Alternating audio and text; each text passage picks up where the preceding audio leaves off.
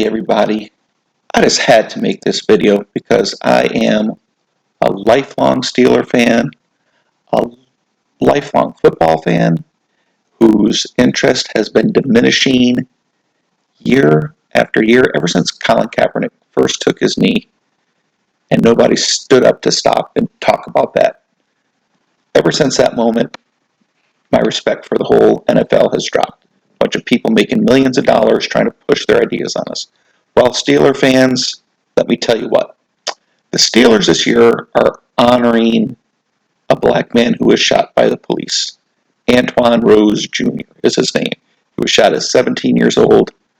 Cute-looking guy, young guy. Shame that he was shot and killed before he even reached the real prime of his life. That part is a shame. But there is a part two to this story. And it does sound like he was fleeing the scene. He was shot by the police, which is wrong. However, the police were arrested and they're now in jail. All right, so it's not like, the police did something bad and got off on it. They are in jail, right, because they wrongly shot this kid. But here's the thing that ticks me off, is they don't tell you the whole story. Antwon Rose Jr., about 20 minutes earlier that night, murdered a 22-year-old young man. So you're going to honor a murderer because he was murdered? It makes absolutely no sense to me. I have no respect for the Steelers for honoring Antwon Rose Jr. And if you need some facts, I'm just going to pop up the article here really quick. And here's what we know about the police shooting of Antwon Rose Jr. He was shot. He was 17 years old. He was shot 3 times as he fled the traffic stop. Now, why was he at a traffic stop? Because he was a passenger in a car that was suspected of doing a drive-by shooting earlier that evening, minutes earlier that evening. Not hours, not days, minutes. The police were hot on the scene. They were hot on the car. They had a description of the car that matched the car perfectly down to the bullet holes that were in the back. How many? I think it was like a silver Chrysler or something like that. They give a description of it in the, you can look this up on PBS NewsHour. You can just do a search of it. I'm sure you can find this information. But the police had a perfect description of the car that did this drive-by murder. Okay? And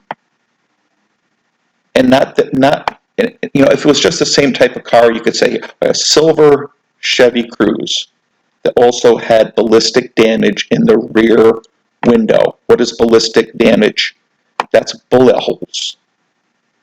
How many silver Chevy Cruzes with bullet holes in the back that are minutes away from where this drive-by shooting happened do you think there could be?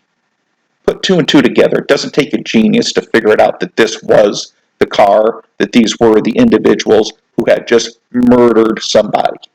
Okay? Now, Antwon Rose Jr. was a passenger in this car. He fled the scene and did not have a gun on him. However, 2 guns were found in the car that was pulled, this car that he was in. 2 guns, so he didn't have it in his possession at the time, but there were 2 guns in the car. And what did he also have in his possession? He had confirmed the police had found an empty gun clip on Rose, meaning he had emptied his clip at whoever he was shooting at and murdered.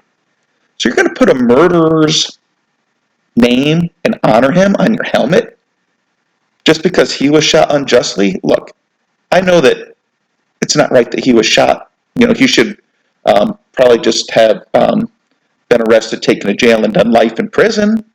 So would you put him on the back of the helmet because he is a murderer doing life in prison? Oh, no, it's just that he was unjustly shot. Which, don't get me wrong, I don't defend anyone who's unjustly shot. I don't even really confirm the death penalty except for extreme circumstances. But this is no saint. This is no angel. Yes, he was a good-looking young guy who was cut down in the prime of his life, but don't forget, minutes earlier he cut down a young man in the prime of his life. Why don't you put Jeffrey Dahmer's name on the back of your damn helmet, Steelers? Freaking idiots. Dumb. I'm going to start a hashtag. Done with the NFL. Sick of the NFL. Because you're idiots. Mother effing idiots. That's all I got to say.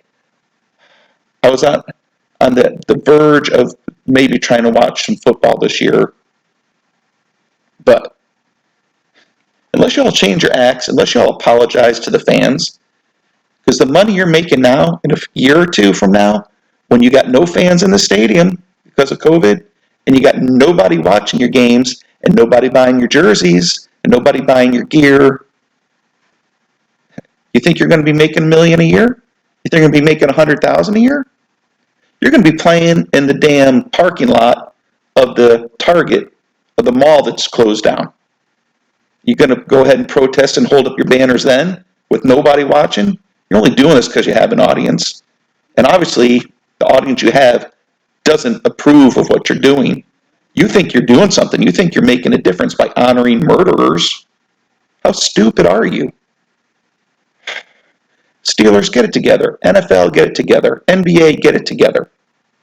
You're losing fans. Your viewership is down 28%. If nobody's told you, yes, your viewership's down 28%, meaning that soon your salaries are going to be down 28% or more. I think the NFL and the NBA and all these leagues are probably too big to fold, because if they can have women's soccer televised, that obviously there's money to be made. But you see the women's soccer players bitching about how little money they make. Well, that's about to be y'all if you don't smarten up and wise up. And yes, I'm pointing at you because you're being idiots. Signing off. Fed up. Bye.